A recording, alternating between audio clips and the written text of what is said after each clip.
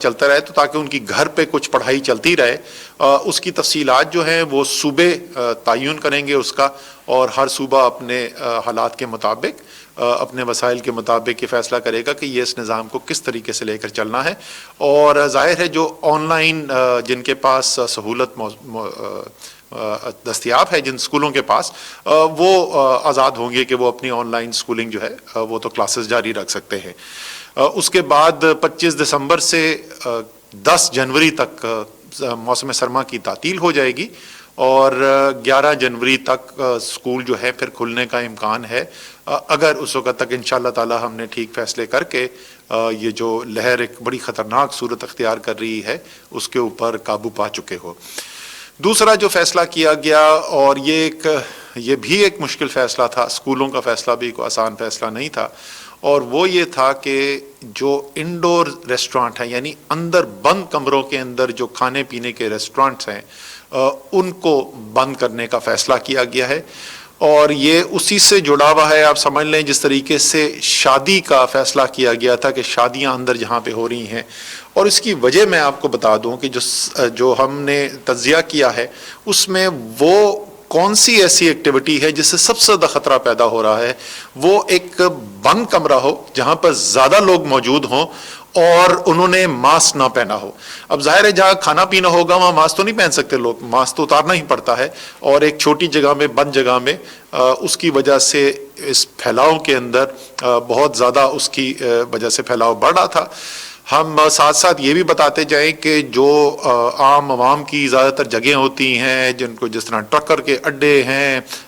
ڈھابے جن کو عرف عام میں کہا جاتا ہے، یہ پابندی اس کے اوپر نہیں ہوگی جو کھلے ہوئے ہیں. اور اس کی پوری تفصیلات NCOC جو ہے وہ کل واضح کر کے صوبائی حکومتوں کو بھجوا دے گی کہ کون سے ریسٹورانٹس کے اوپر اس کا اطلاق ہوتا ہے اور کون سے جو ہیں اس کے باوجود کھلے رہ سکتے ہیں. تیسری چیز جس کا ذکر کیا گیا، جس کے اوپر بات چیت ہوئی، وہ یہ تھی کہ ظاہر ہے پاکستان میں ماشاءاللہ مسجدیں آباد ہیں، بڑی تعداد میں پاکستانی جو ہیں وہ اپنی نماز جو ہے مسجد جا کر پڑھتے ہیں. اور اگر آپ کو یاد ہو کہ رمضان کے اندر یہ بڑا ایشو جو ہے ڈسکس کیا گیا تھا، بہت بڑی تعداد میں مسلمان ممالک نے مساجد بند کر دی تھی، لیکن الحمدللہ پاکستان کے اندر مسجدیں آباد رہی تھیں، تراویح بھی ہوئی، نماز بھی چلتی رہی.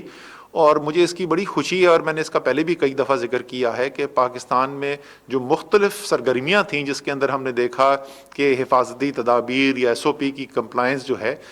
وہ کہاں زیادہ عمل درآمد ہو رہا ہے، تو ان میں سے ایک مساجد بھی تھی، اور ہمارے علماء جو ہے انہوں نے اس کے اندر ایک بڑا کردار ادا کیا. لیکن وہ لوگ جو مسجد جاتے ہیں نماز پڑھنے کے لیے، ان کو پتا ہوگا کہ پچھلے 1-2 ماہ سے جو ہے وہ آہستہ آہستہ حفاظتی تدابیر کے اندر کمی آتی گئی ہے. تو ضرورت یہ محسوس کی گئی ہے، کیونکہ ایک بہت بڑی تعداد میں پاکستانی جو ہیں وہ مساجد جا کے نماز پڑھتے ہیں، کہ تمام صوبائی حکومتوں سے کہا گیا ہے کہ صوبائی انتظامیہ جو ہیں وہ اپنے صوبے کے جو علماء ہیں، جو جید علماء ہیں، جو ایسے لوگ ہیں جن کی بات سنتے ہیں، جن کی بات پر، ہدایات پر عمل کرتے ہیں، ان کو بلایا جائے، اور ان سے جس طریقے سے پہلے رمضان کے شروع میں ہم نے کیا تھا اسی طریقے سے دوبارہ ایک دفعہ درخواست کی جائے کہ وہ بھی یہ پیغام جو ہے وہ تمام پاکستانیوں تک اور تمام نمازیوں تک پہنچائیں، اور تاکہ ہماری مساجد جیسے پہلے آباد رہیں اور بھری رہی، اسی طریقے سے ہماری نماز اور عبادت بھی چلتی رہے اور لوگوں کی صحت کی بھی حفاظت ہو سکے. آخری چیز جس کے اوپر بات چیت کی گئی وہ تھی جو بڑے اجتماعات ہو رہے ہیں، اور ظاہر ہے اس کے اوپر پابندی لگا دی گئی ہے. NCOC نے یہ پہلے فیصلہ کیا تھا، اس کے بعد NCC نے اس فیصلے کی توثیق کی، اور یہ فیصلے جو ہیں وہ ضروری ہے یاد دہانی کرانے کے لیے کہ اسلام آباد ہائی کورٹ ان فیصلوں کی توثیق بھی کر چکا ہے، اور انہوں نے تو بڑا واضح ایک فیصلہ آیا ہے کورٹ کا جس کے اندر یہ کہا گیا ہے کہ یہ جو فیصلے کیے جا رہے ہیں NCOC سے، NCC سے، لوگوں کی صحت عامہ کا خیال کرنے کے لیے یہ حتمی فیصلے ہیں اور ان پہ عمل درآمد کرنا ضروری ہے. بدقسمتی سے ہم دیکھ رہے ہیں کہ ابھی بھی بڑے بڑے اجتماعات کیے جا رہے ہیں. سیاست کے اوپر اس ملک کے اندر کوئی پابندی نہیں ہے، لیکن ہم پہلے بھی یہ بات کر چکے ہیں کہ یہ صرف ذمہ داری نہیں ہے ایک لیڈر ہوتے ہوئے، ایک سیاسی لیڈر ہوتے ہوئے کہ آپ قوم کو آگاہی پیدا کریں، آپ لوگوں کے اندر وہ شعور پیدا کریں جس سے سارے پاکستان میں جو لوگ بستے ہیں ان کی زندگی کی حفاظت کی جا سکے، ان کی صحت کی حفاظت کی جا سکے اور ان کے روزگار کی حفاظت کی جا سکے. کیونکہ ہم نے دیکھا ہے جب کرونا زیادہ پھیل جاتا ہے تو لوگوں کا روزگار بری طریقے سے متاثر ہوتا ہے، اور ہم نے یہی حالات جو ہیں وہ تمام دنیا کے اندر دیکھے ہیں. دنیا کے امیر ترین ممالک کے اندر ہم نے دیکھے ہیں لوگوں کی کروڑوں کی تعداد میں روزگار چھنتے ہوئے. ہم نے بھارت کے اندر دیکھا ہے، ہمارا ہمسایہ ملک ہے، کہ کتنی بری طریقے سے لوگوں کا روزگار متاثر ہوا. اور جب بالکل شروع میں ہم نے لاک ڈاؤن کیا تھا تو ہمیں پتہ ہے کہ ہمارا غریب جو ہے، ہمارا دہاڑی دار جو ہے، ہمارا متوسط طبقہ جو ہے وہ کتنی بری طریقے سے متاثر ہوا تھا. تو یہ ہم نہیں چاہتے، ظاہر ہے کوئی بھی یہ نہیں چاہتا کہ ایسی صورتحال پیدا ہو جہاں لوگوں کا روزگار چھن جائے، لوگوں کی صحت جو ہے اس کے مسائل پیدا ہوں. اور اگر میں تو ایک سیاستدان کے طور پہ بھی اگر میں سوچوں تو میری تو سیاست غرق ہو جائے گی اگر میں نظر آتا ہوں ایسے کام کرتے ہوئے جس سے لوگوں کی صحت، جان و مال، ان کی روزگار خطرے کے اندر پڑتی ہے. تو میں ایک دفعہ پھر اپیل کروں گا، اسپیکر صاحب جو ہیں، ہم نے این سی او سی سے اسپیکر صاحب کو خط لکھا تھا، درخواست کی تھی کہ پارلیمان کی جو کمیٹی ہے اس کا اجلاس بلایا جائے، جو کرونا کے لیے خصوصی طور پہ جو کمیٹی قائم کی گئی تھی. کل انہوں نے اجلاس رکھا ہے. امید ہے کہ تمام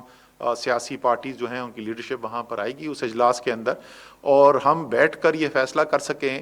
کہ کس طریقے سے پاکستان کے عوام کی صحت، پاکستان کے عوام کے روزگار کو سیاست سے جدا کیا جائے اور سیاست بھی چلتی رہے. ہمیں مقابلہ کرنے میں، سیاسی مقابلہ کرنے میں کوئی پریشانی نہیں ہے. تو ایک یہ بھی چیز اس کا وزیر اعظم نے خاص طور پہ ذکر کیا کہ اس کے اوپر بھی بڑا ضروری ہے کہ عمل درآمد جو ہے وہ کروایا جائے. اور کیونکہ اس کی وجہ سے میں تھوڑا سا اور اس کو تفصیل میں بتا دوں کہ کیوں ہم سمجھتے ہیں یہ اتنا امپورٹنٹ. ایک تو ظاہر ہے کہ کوئی بھی ایک ایسی جگہ ہو جہاں ہزاروں لوگ، 10,000، 20,000، 40,000 لوگ جو ہیں ایک جگہ جمع ہوں تو اس سے وبا کا پھیلاؤ کا کتنا خطرہ ہوتا ہے. اس کی مثال صرف آپ اس سے دیکھ لیں کہ آج سندھ کی نمائندگی کر رہی تھیں این سی سی کی میٹنگ کے اندر ہیلتھ منسٹر جو ہیں ڈاکٹر عذرا پیچھیو، اور انہوں نے کہا کہ احساس کا جو غریب ترین پاکستانیوں کو ریلیف فراہم کرنے کا جو پروگرام ہے، وزیر اعظم نے فیصلہ کیا تھا کہ دوبارہ سے اس کا ایک اگلا راؤنڈ شروع ہو رہا ہے جس میں دوبارہ لوگوں کو جس طریقے سے پہلے ان کی مالی معاونت کی گئی تھی ایسے ہی دوبارہ سے کام کیا جائے اور مزید مالی معاونت کی جائے. اور انہوں نے کہا اس سے صحت کے لیے بڑا خطرہ پیدا ہو سکتا ہے. اب ایک جگہ جہاں پہ چند 100 لوگ موجود ہیں، جہاں پہ ایس او پی کا انتظام بھی کیا جا سکتا ہے، اگر وہاں سے خطرہ پیدا ہو سکتا ہے تو ایک جگہ جہاں پہ 20,000، 30,000، 40,000 لوگ ہیں تو وہاں سے آپ سوچیں کہ کتنا خطرہ پیدا ہو. تو ایک تو یہ براہ راست خطرہ ہے. اس سے زیادہ اہم جو چیز ہے وہ یہ ہے کہ جب میں یہ دیکھتا ہوں، میں گھر بیٹھا ہوا ہوں، میں ایک سیاسی پارٹی کا ووٹر ہوں، میں کسی شخص کو اپنا لیڈر مانتا ہوں، جب میں وہ دیکھتا ہوں کہ وہ سیاسی لیڈر جو ہے وہ جلسے کر رہا ہے اور وہ 20-20، 30-30 ہزار لوگوں کو بلا رہا ہے، تو میں کیا سمجھوں گا کہ کیا مجھے واقعی میں کوئی حفاظتی تدابیر پر عمل کرنا چاہیے؟ کیا واقعی میں میرے لیے کوئی خطرہ ہے؟ تو یہ جو بلا واسطہ جو اس کا اثر ہے وہ اس کے بالواسطہ اثر سے کہیں زیادہ اہم ہے. تو پھر جیسے میں نے کہا کہ میری تو اپنی ذاتی طور پر بھی اپیل ہوگی تمام لیڈرشپ سے، اور کل کی میٹنگ جو ہے پارلیمان میں جو بلائی گئی ہے امید ہے اس کے اندر کوئی اچھے فیصلے کیے جائیں گے. میں تفصیل کے لیے جو صورتحال ہے فیصل سلطان صاحب سے ریکویسٹ کروں گا، لیکن صرف اس بات پہ، موٹی بات پہ میں ختم کرتا ہوں کہ صورتحال کتنی خطرناک ہے. اور میں یہ یاد دہانی کرا دوں کہ یہ اسد عمر اور فیصل سلطان آج نہیں کہہ رہے. ہم نے اکتوبر کے پہلے جو حصہ اشرا تھا، جس وقت پاکستان میں کیسز کی پازیٹیوٹی ریشو 2% کے قریب تھی، جس وقت پاکستان میں اموات 6، 7، 8 یومیہ سے زیادہ نہیں ہو رہی تھی، اس وقت ہم نے یہ وارننگ دینی شروع کی تھی کہ دیکھیں آگے صورتحال ادھر جا رہی ہے اور ضرورت ہے احتیاط کی. آج ہم وہاں پر پہنچ گئے ہیں جہاں پر 1750 سے زیادہ ہمارے ملک کے اندر لوگ جو ہیں وہ آکسیجن ان کو درکار ہے، وہ مختلف ہسپتالوں کے اندر ہیں، جو کوئی لو فلو آکسیجن پہ، کوئی ہائی فلو آکسیجن پہ اور کوئی وینٹیلیٹر کے اوپر ہے۔ جب جون کے اندر سب سے زیادہ برے حالات ہوئے تھے، اور آپ کو یاد ہوگا کہ اس وقت کیا صورتحال تھی، لوگوں کو یہ خطرہ ہوتا تھا کہ بیڈ ملے گا یا نہیں ملے گا، آکسیجن جس کو درکار ہے وہ ملے گی بھی کہ نہیں ملے گی، تو اس وقت تقریباً 3300 سے 3400 لوگ آکسیجن کے اوپر مختلف ہسپتالوں میں تھے۔ جس رفتار سے پچھلے 3 ہفتے کے اندر ہم نے یہ اضافہ ہوتے ہوئے دیکھا ہے، اگر اسی رفتار سے یہ اضافہ ہوتا رہا، اور کوئی وجہ نہیں ہے کہ یہ اسی رفتار سے نہ ہوتا رہے، اگر ہم نے رویے نہیں بدلے اور حفاظتی تدابیر پر عمل نہیں کیا، تو آج سے صرف 2 ہفتے کے بعد ہم اسی صورتحال کے اندر ہوں گے جہاں جون میں جو پہلی پیک تھی اس وبا کی پاکستان کے اندر، وہ صورتحال تھی۔ خدا نخواستہ ہم وہاں جا رہے ہیں۔ اس لیے تمام پاکستان سے اپیل ہے، اس سے زیادہ آسان نسخہ کوئی نہیں ہو سکتا۔ حفاظتی تدابیر اتنی آسان، مصافحہ کرنے سے گریز کریں، سلام کر لیں، عزت سے لوگوں کو مل لیں، اپنے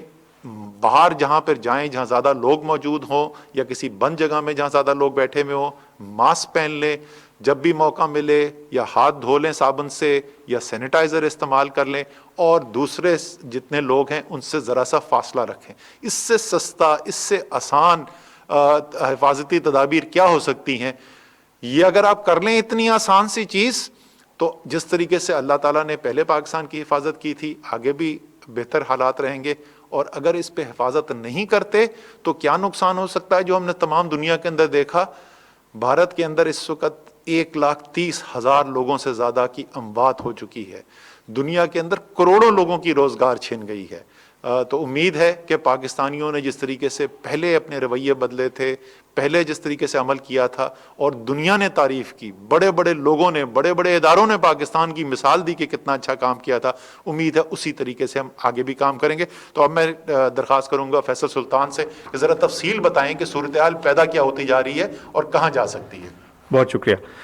اسد صاحب، آپ نے بہت جامع اور تفصیلی انداز میں اس معاملے کو بیان کر دیا، لیکن میں کوشش کروں گا کہ وہ پس منظر بتایا جائے، وہ میڈیکل اور وبا کا پس منظر بتایا جائے، جس کے تحت اور جس کی بیک گراؤنڈ میں یہ آج کے جو فیصلے ہیں اور آج کی ریکمنڈیشنز جو ہیں وہ سامنے رکھی گئی ہیں، اور ہم درخواست کر رہے ہیں کہ ان پہ مکمل طور پہ عمل کیا جائے۔ آخر کار ان خیالات، ان آئیڈیاز کا بیسس کیا ہے؟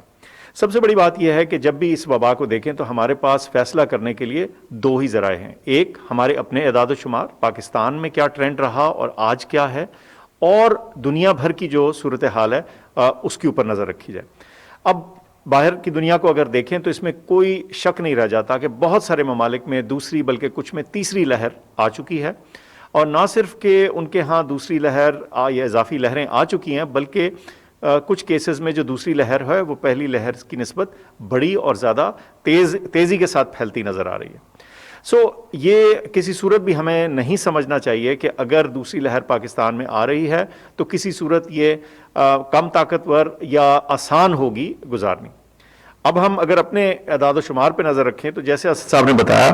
کہ جو ہماری شرح ہے اموات کی، اس میں ایک واضح اضافہ نظر آ رہا ہے۔ گزشتہ 24 گھنٹوں میں 48 لوگوں کی ڈیتھ ہوئی۔ اس سے پہلے کئی ہفتے پہلے جب ہمارے ہاں صورتحال بہتر تھی اور وبا کچھ بہتر کنٹرول میں تھی تو اوسطاً 6، 8، 10 اس سے کم اموات ہو رہی تھیں، اور یہ انتہائی ایک واضح اضافہ ہے ڈیتھس میں، جس میں کسی کو کوئی شک نہیں ہونا چاہیے۔ یہ واضح ہو جانا چاہیے کہ وبا نہ صرف کہ پھیل رہی ہے بلکہ جو اپنا اثر ہے خطرناک وہ بھی دکھا رہی ہے۔